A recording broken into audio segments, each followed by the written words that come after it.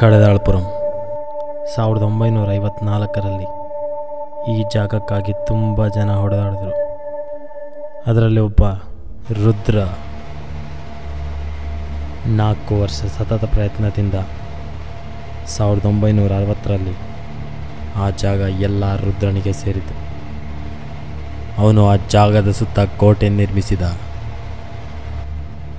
ಅವನ ಅವನತಿ ನಂತರ ಕೋಟೆ ಒಳಗಡೆ ತುಂಬ ಜನ ನಾಯಕರು ಹುಟ್ಟು ಬಂದರು.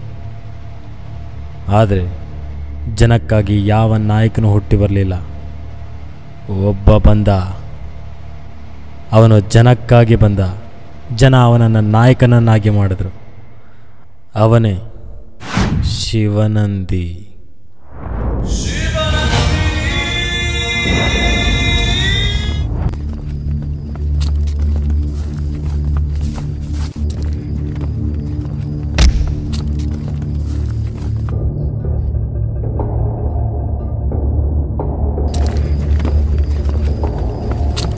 ದುಡ್ಡು ಕೊಡೋ.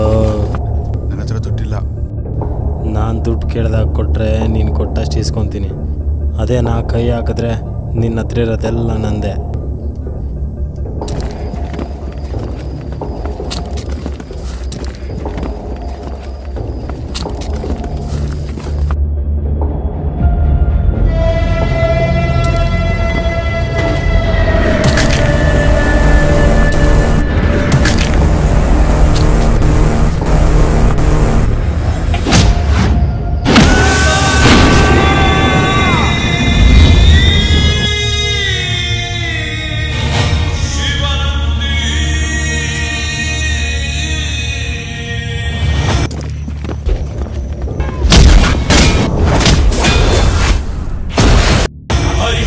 ಮುಗಿಲೆತ್ತರ ಹರಿ ಶಿವನತ್ತಿರ ಮೆರೆಯುವ ನಂದಿ ನಂದಿ ನಡೆದಾರೆ ತೇರು ವೈಭವ ಜೋರು.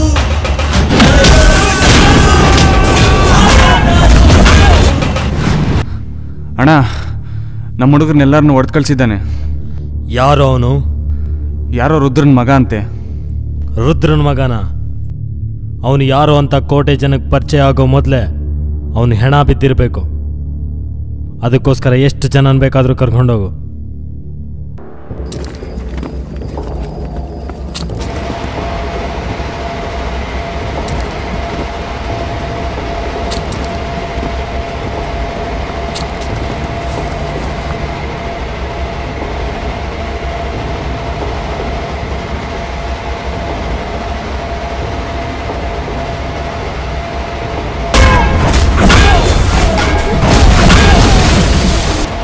ಎಂಟೆದೆ ಬಂಟ ಇವನೇನೆ, ತೋಳಿಗೆ ತೋಳು ಕೊಡುತ್ತಾನೆ.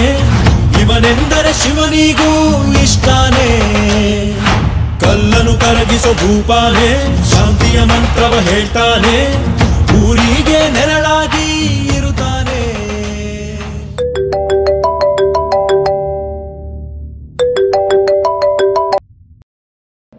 ನಿನ್ನಡ್ಡದಲ್ಲಿ ನಮ್ಮ ಹುಡುಗರು ನಡೆಯೋತ್ತಾಗತ್ತಲ್ಲ. ನನ್ನ ಅಡ್ಡಕ್ಕೆ ಬಾ, ನನಗಡ್ಡ ನಿಲ್ಲೋಕೆ ಬಾ.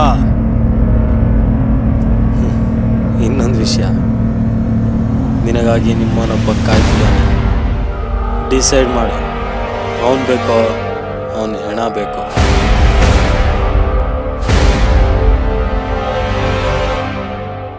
ಹರಿ ಹರಿ ಹರಿ ಮುಗಿಲೆತ್ತರ ಹರಿ ಶಿವನತ್ತಿರ ಮೆರೆಯುವ ನಂದಿ.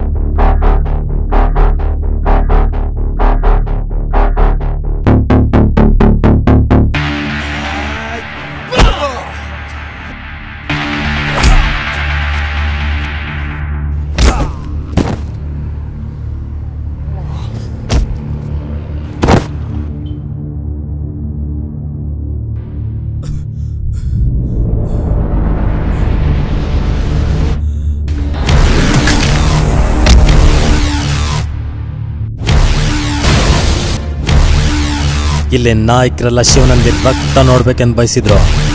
ಅವನ ರಕ್ತನೂ ನೋಡಿದ್ರು, ಅವ್ರ ರಕ್ತನೂ ಕೊಟ್ಟೋದ್ರು.